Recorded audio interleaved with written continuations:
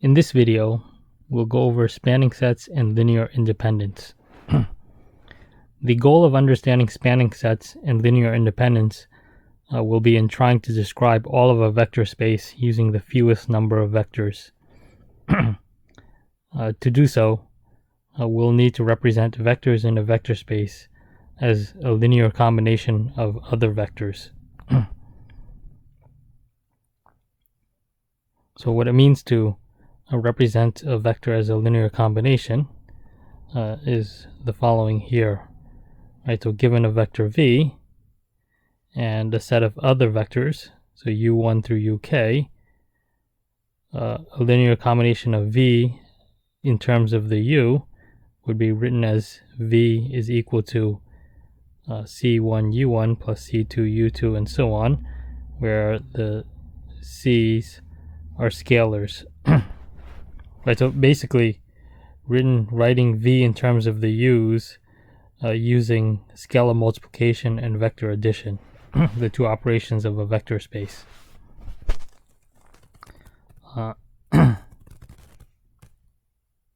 So basically from this equation here, we want to solve for the coefficients c1 through ck. And in trying to find the coefficients, there's three possibilities. So there's a unique solution, it's impossible, or there's infinitely many possibilities. And if you look at these three possibilities, it's the same as solving a system of linear equations. And the reason for that is basically this equation for a linear combination just boils down to a system of linear equations. Okay, so let's take a look at an example.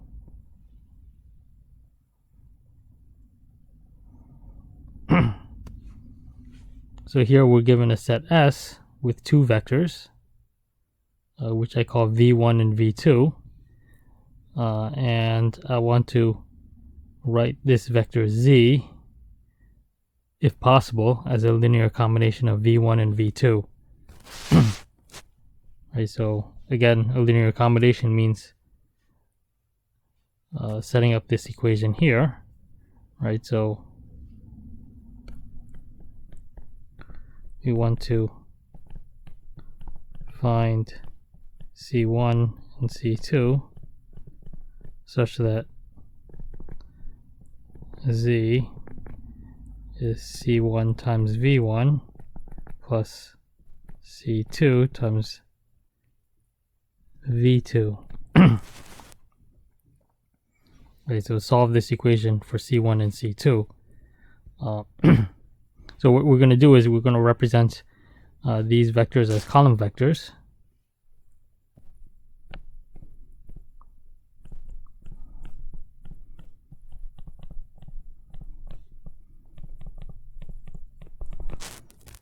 And so z is this vector here.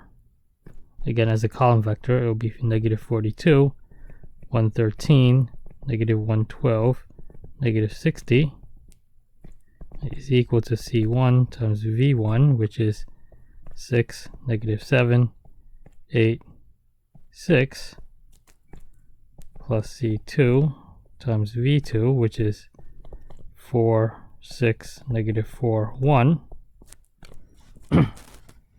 Okay, so now we have this equation here, again, where the vectors are represented as column vectors. And so because this is scalar multiplication, I can rewrite the equation as negative 42, 113, negative 112, negative 60.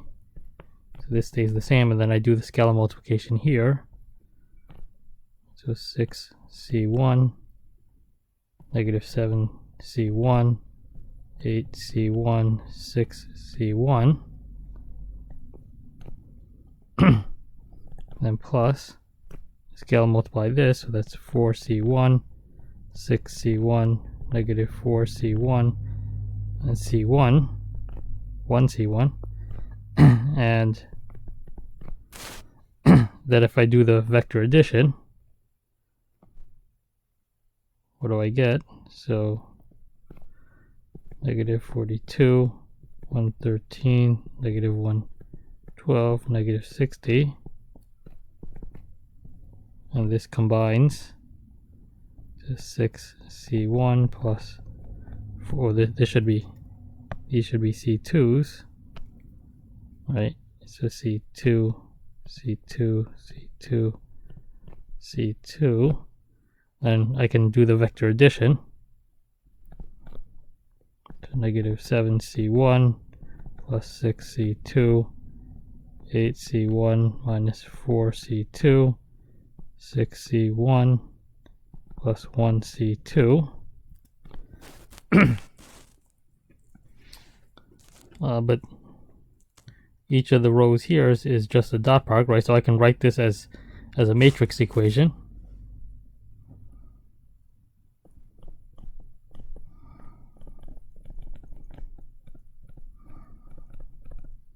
In the following way. So this we written as this 4x2 matrix, so negative 7, right? So the coefficient matrix.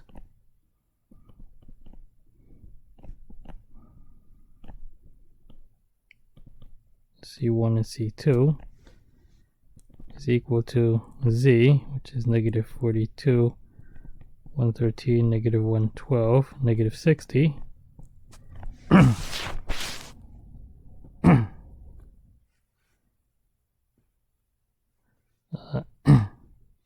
And then as an augmented matrix,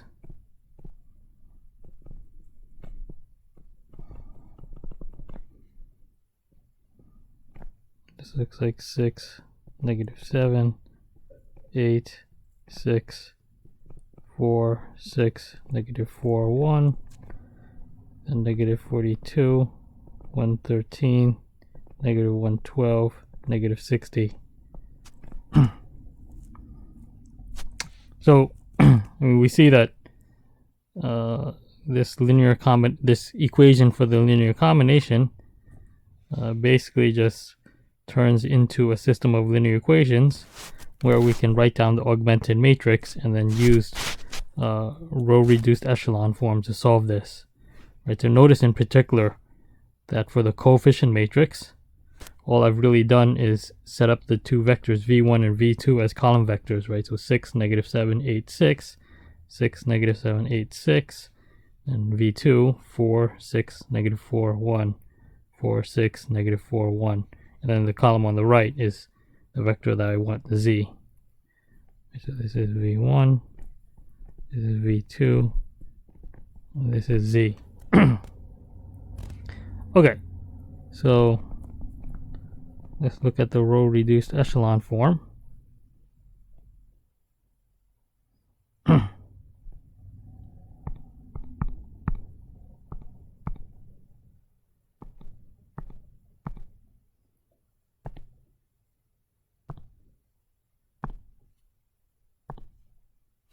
So you can check that this is our matrix. And so I want to do row reduced echelon form. So you'll see that trying to do it on this matrix will give me an error.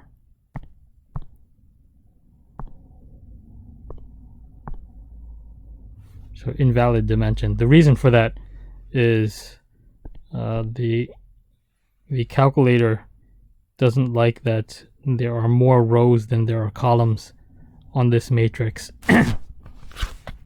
Even though it does make sense to try to do to row reduce this matrix, right? So it's just a limitation of the graphing calculator. So to get around this, what I can do is I can extend the matrix so that I increase the number of columns with an extra column of all zeros. Right, so instead of a 4x3 matrix, I think of it as a 4x4 matrix. And now it has an extra column of all zeros.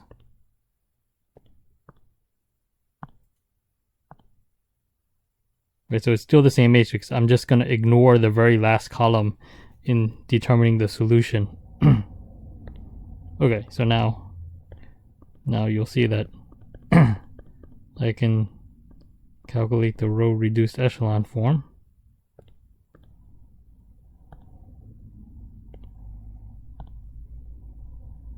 And this is what I get.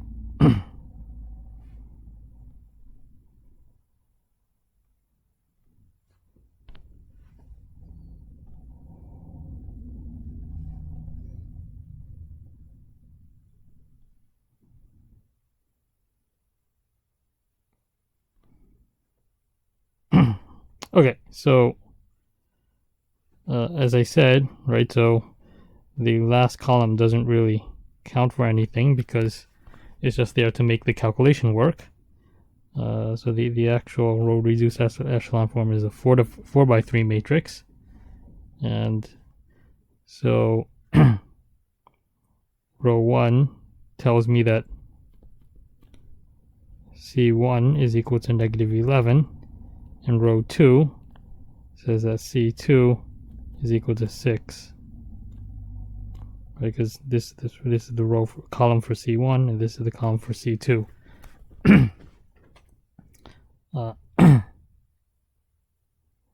Okay, so the last two rows here don't mean anything in terms of the solution for this particular problem.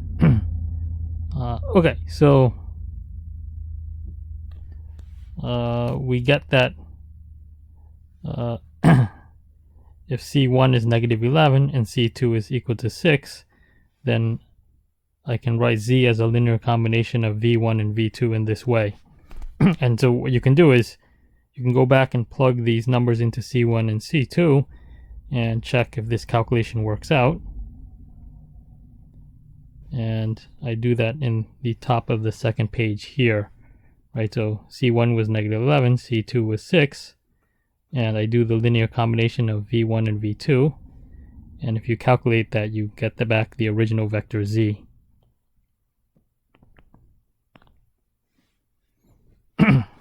Okay, so the solution is correct.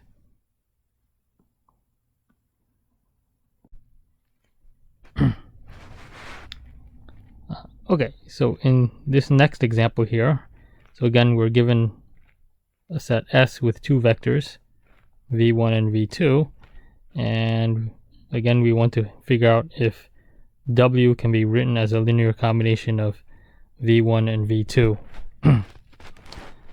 So again, what that means is to be able to find the coefficients C1 and C2 that satisfies this linear combination here. Right, so from what we did in the previous example, right, so we just need to represent all of these vectors as column vectors, right? So the given vectors V1 and V2 form the coefficient matrix, and the vector that we want is the constant vector. And then so we get a system of equations that corresponds to the augmented matrix here, right? So you can see that this first column is V1, this second column is V2, and then the augmented vector is W. And then again I add this extra column of all zeros so that the calculator can perform the row reduction, but again the last column doesn't really count for anything in terms of the solution, so I cross it out here. Okay, so so here we've calculated the row reduced echelon form. So right, so the first column is for C1 and the second column is for C2. However, unlike the previous problem, the last two rows is not all zeros, right? So row 3, right? So basically row 3 says 0 C1 plus 0 C2 is equal to 1. right? So if you translate row 3 into equation, back into equation form, row 3 says that 0 is equal to 1, which is impossible, right? So that means that this cannot possibly this cannot possibly be a linear combination.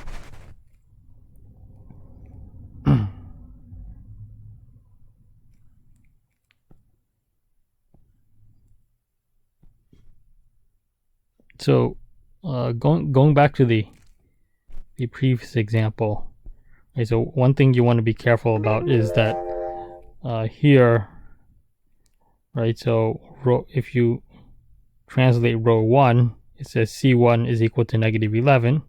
If you translate row 2, it says C2 is equal to 6. Right, row 3 and row 4 says 0 equals 0. But just because you have rows of all zeros here doesn't necessarily mean that there are infinitely many solutions, right? So here, I mean, there's only exactly one solution where C1 is -11 and C2 is 6, right? So whether a system like this has infinitely many solutions or not depends on if there are any free variables, and because there are no columns that don't contain any leading ones, that means that this system has no free variables, right? Because again, you can clearly solve for C1 and clearly solve for C2 here. So be careful when you have systems like this where the row reduced form has rows of all zeros. It doesn't necessarily mean that you have infinitely many solutions. Okay, so again, here the last row is all zeros, but it doesn't mean that there are infinitely many solutions, and in fact row 3 says that there should be no solution at all.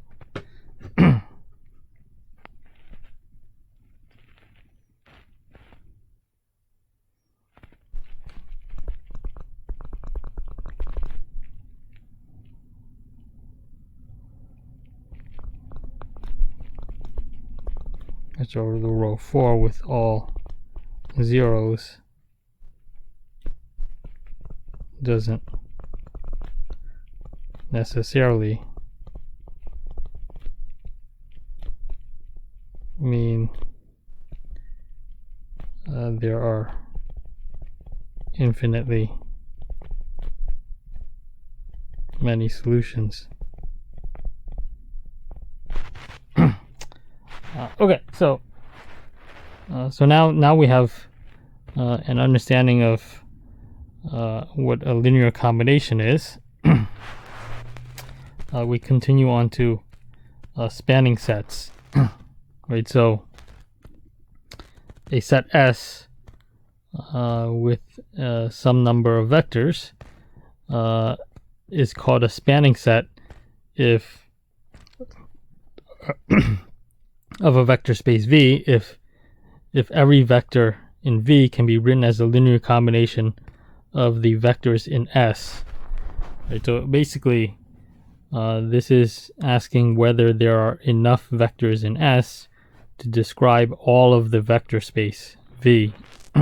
So that's the idea behind the spanning set.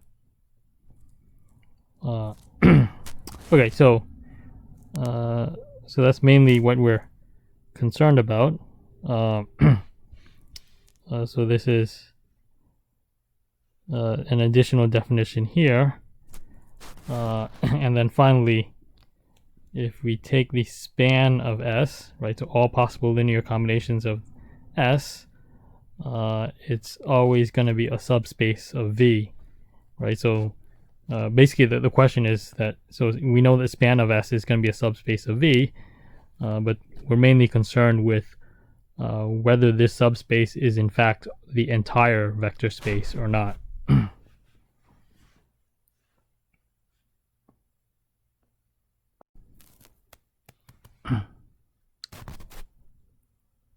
Okay, so in this example here, we want to determine if the set S, this set S here, spans all of R3.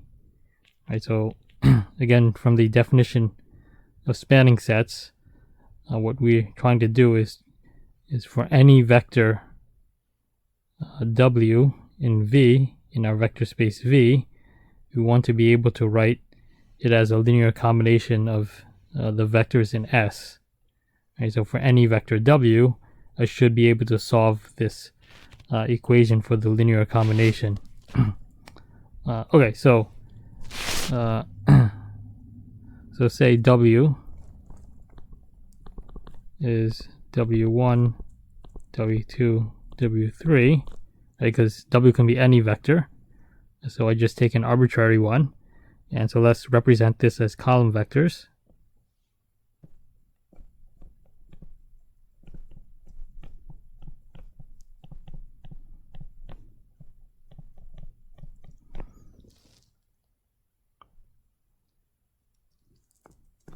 So V1 is 1, negative 2, 1. C1 times this plus C2 times 0, 0, 1 plus C3 times 2, 6, negative 3 is equal to W, right? So W1, W2, W3. And then now we can represent this as a matrix equation.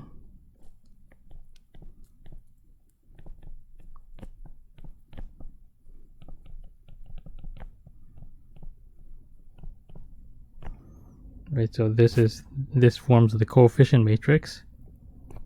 1, negative 2, 1, 0, 0, 1, 2, 6, negative 3 times C1, C2, C3 is equal to W1, W2, W3.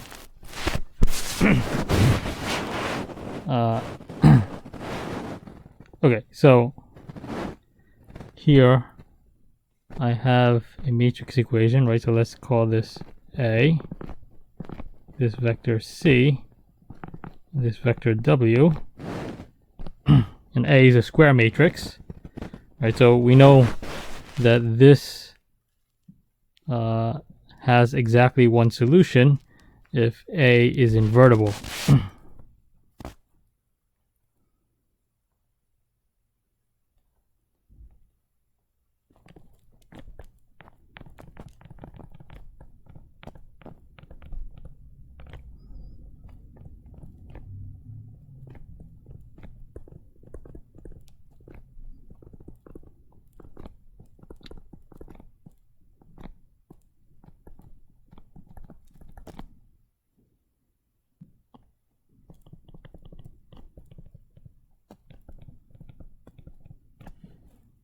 And we know that A is invertible when the determinant is not equal to 0.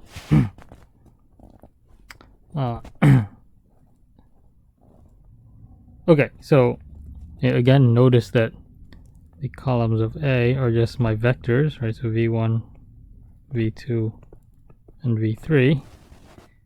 Right, so whether this is a span or not only depends on what's occurring in this matrix A, right? So if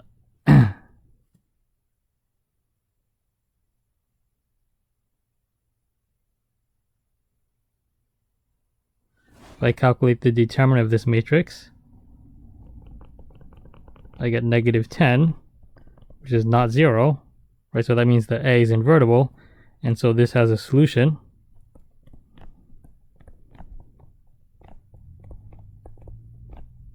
Where C is equal to A inverse times W. So basically, no matter what vector W is given, I can just multiply it on the left by A inverse and then solve for the coefficient C1. Right, so that means that we can always solve this linear combination no matter what W is, and so this shows that S does span V.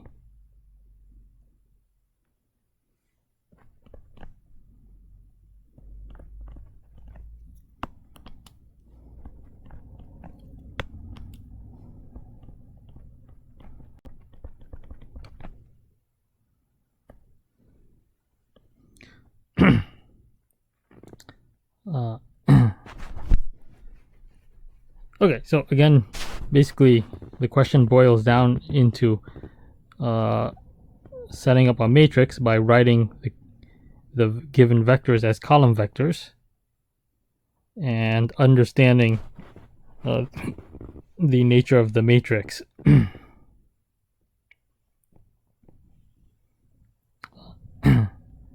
Okay, so in this next example here, right, so again we're given 3 vectors for S, and so from the discussion, right, so it boils down to just setting up the vectors as column vectors as I do here.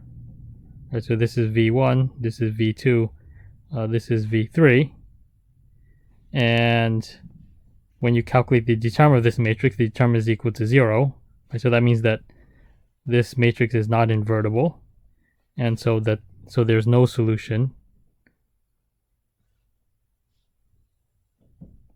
no general solution to this equation here. So span of S is a subspace and not all of R3.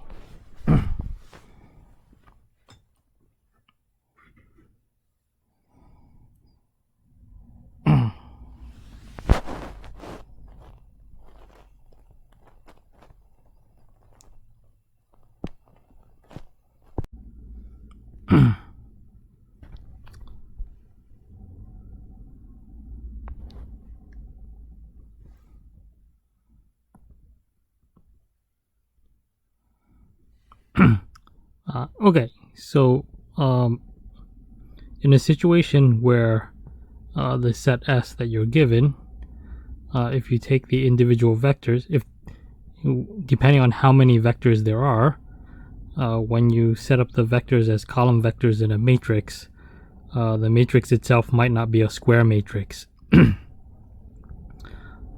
So in that case, you wouldn't be able to use the determinant to tell whether S spans the vector space or not. So in this situation, what we can do is, the matrix equation can still be set up, except instead of looking at the determinant of A, what we do instead is to look at the row reduced echelon form of A to try to understand whether or not S spans all of V. Right, so in this example here, S contains 4 vectors. Right, so then when we set up the vectors as column vectors, so V1, V2, V3, and V4, we get a 3x4 matrix. And so what we can do is we can proceed to take the row reduced echelon form. Right, so the row reduced echelon form of this matrix is given here, but to understand what's going on, you have to be careful here, right? Because this is the row reduced echelon form only of the coefficient matrix and not of the entire augmented matrix with A and W together. Right, so so if you take the row reduced echelon form of the coefficient matrix, we can imagine what the augmented matrix looks like. Right, so in the proper process of doing row operations, the second row has a row of all zeros. Right, so you can imagine that you can switch row 2 and row 3 so that the row of all zeros goes on the bottom. Right, so and to eliminate the 3 here, you have to take some combination with row 1. Right, so when you apply the row operations to the right side of the augmented matrix, right, so row 2 goes into row 3, and then you cancel the entry here with some combination of row 1. So the augmented matrix will probably look something like this, right? And here, when we go through the first row to get the leading one, it appears in this entry, and the second row, the leading one appears in this entry, and then the third row doesn't have any leading ones, right? So here it's all zeros, and on the right side you get W2. And because W can be any vector, right? So W2 can be taken to be any real number, and so we can take it to be a non-zero number, and so the last row would become a 0 equals something that's non-zero, which is impossible, right? So so this system, so this set does not span all of R3.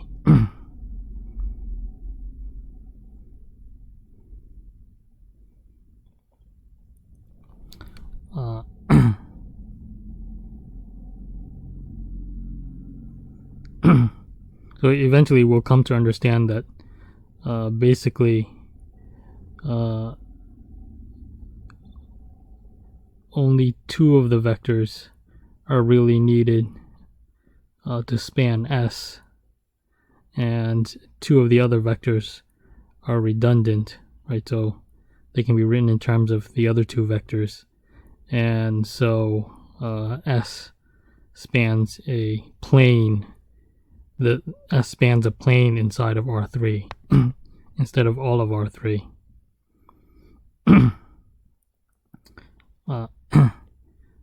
Okay, so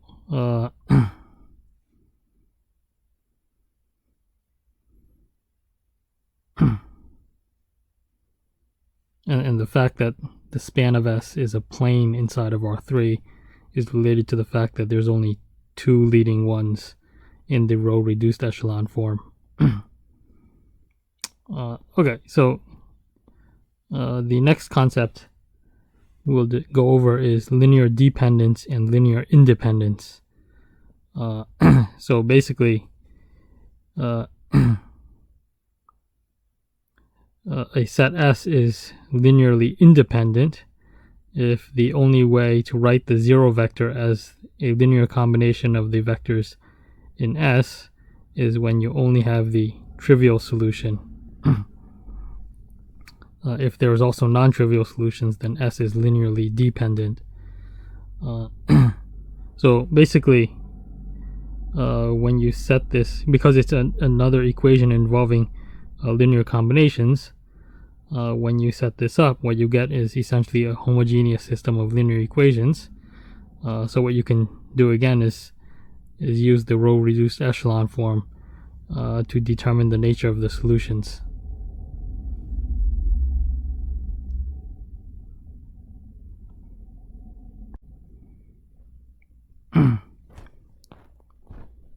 In this example, we're given this set S here where the vectors are polynomials, and we want to determine if these three vectors form a linearly independent set in the vector space P2. Okay, so from the definition of linear independence, we just need to see if this equation has only the trivial solution or if it has additional solutions. So infinitely many solutions. Right, so even though the vectors are in polynomial form, we can still think of them as column vectors.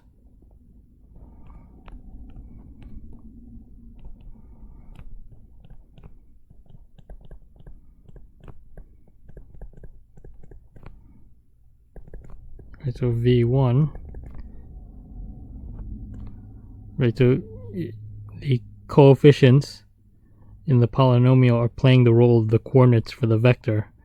Right, so the coefficient of x squared is 1, the coefficient of x is -5, and the constant term is 6. And so we can just list out the coefficients in as the coordinates of a vector in this way. And then we do the same thing for the other vectors. Right, so the coefficient of x squared is -1, coefficient of x is 2, and then there's no constant term, so that is 0. And for V3, there's no x squared term, so the coefficient there is 0. The x term is -1, and then the constant term is 2.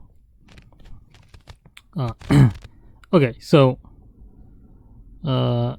so we have the vectors represented as column vectors. And so now we can set up the augmented matrix, right? Because essentially this is just a matrix equation where the unknowns are C1 and C2 and C3, and then the constant vector is the 0 vector.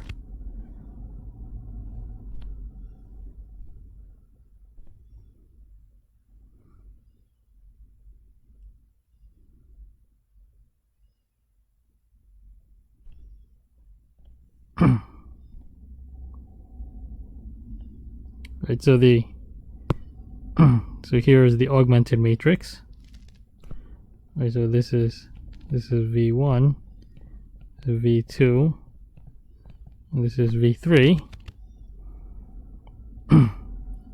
And then we do the row reduced echelon form.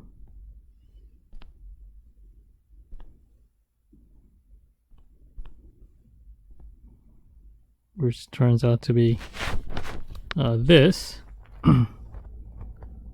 Okay, so you can calculate the row reduced echelon form, so you should be able to get this. And okay, so now we have to interpret this in terms of the solution, right? So so that's the dividing line, right? So on the left here is the coefficient matrix, right? So the first column is for C1, the second column is for C2, third column is for C3. Right, so first we pick out the leading ones. Right, so the leading one in row 1 is here. The leading one in row 2 is here. Row 3 doesn't have any leading ones. And okay, so now we look at the unknown C1, C2, and C3, right? So C1 has a leading one, C2 has a leading one, and C3 does not, right? So that means that C3 is a free variable, meaning that I can parameterize C3, say as T, and then now we do the other row, so row 2. What does that say? That says C2 plus 1/3 C3 is equal to 0. But C3 is T. So solving for C2, I get minus 1/3 T. And then row 1, it says C1 plus 1/3 C3, which is T, is equal to 0. And solving for C1, I get minus 1/3 T. Okay, so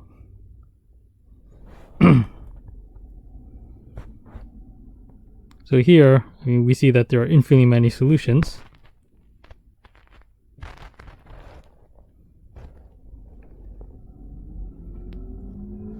Right, so C1, C2, C3 is minus 1/3 T, minus 1/3 T, T, where T can be anything, right? So this has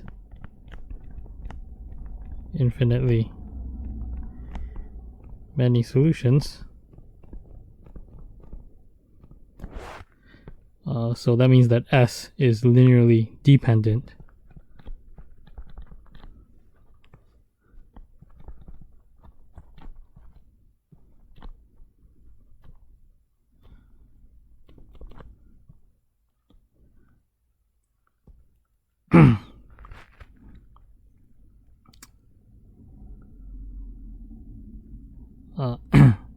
Okay, so we've determined that S is linearly dependent, but in actuality we can get additional information from the solution here for C1, C2, C3, right? So say I take T equals 1,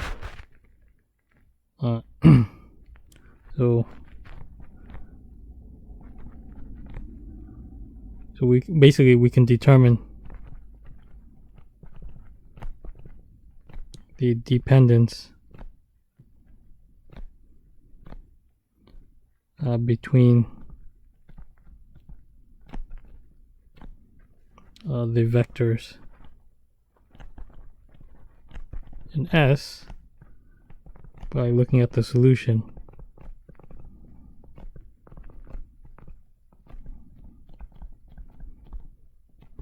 Right, so we say we take t equals 1. Right, so that means that C1 is equal to minus 1/3, C2 is equal to minus 1/3, and C3 is equal to 1. Right, so then the equation becomes minus 1/3 V1, right? So we plug it into this equation here. So minus 1/3 V1 minus 1/3 V2 plus V3 is equal to 0. And then writing V, now we can write V3 in terms of V1 and V2.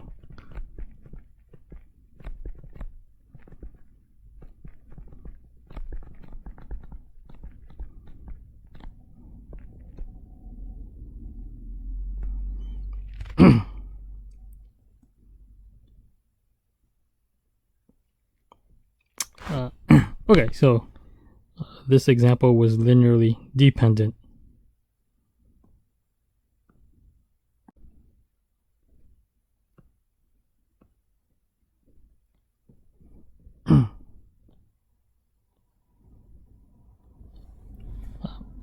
Okay, so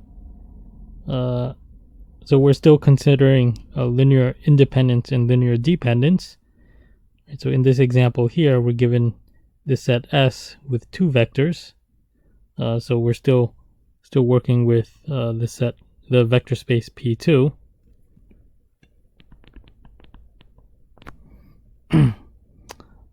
So following what we did before, right? So we think of these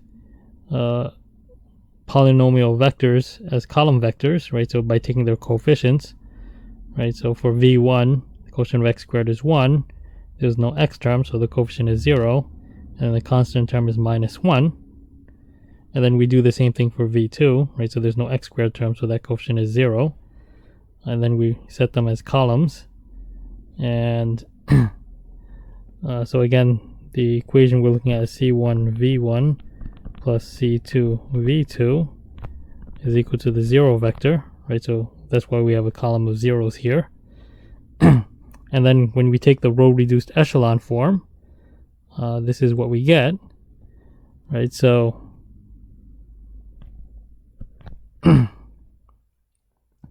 here, when you translate row 1, it says C1 is equal to 0. Row 2 says C2 is equal to 0. And you have to be careful here, right? So even though the last row is all zeros, and it says 0 equals 0, in actuality, row 3 is not needed, right? Because here, this equation only has 2 unknowns, C1 and C2, right? And from the way the row reduced echelon form is, the first 2 rows already takes care of C1 and C2. So row 3 here is not needed at all. So you want to be careful how you interpret a row of all zeros like this, right? So it doesn't necessarily mean that there are infinitely many solutions. So it depends on how many variables your system has, and in this case there's only 2 variables, and so we really only need row 1 and row 2. Okay, so because here this system gives C1 equals 0, C2 equals 0, so that's the trivial solution. And because this system only has the trivial solution, we have a linearly independent set.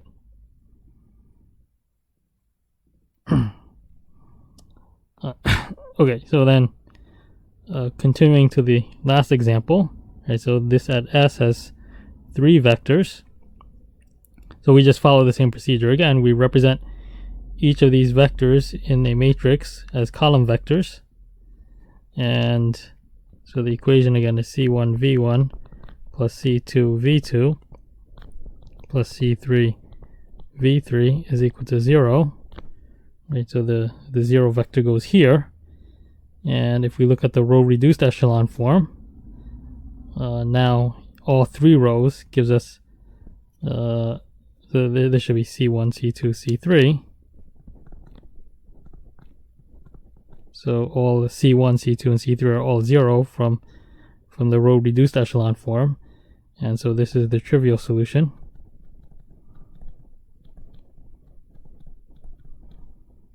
So this at S is also linearly independent.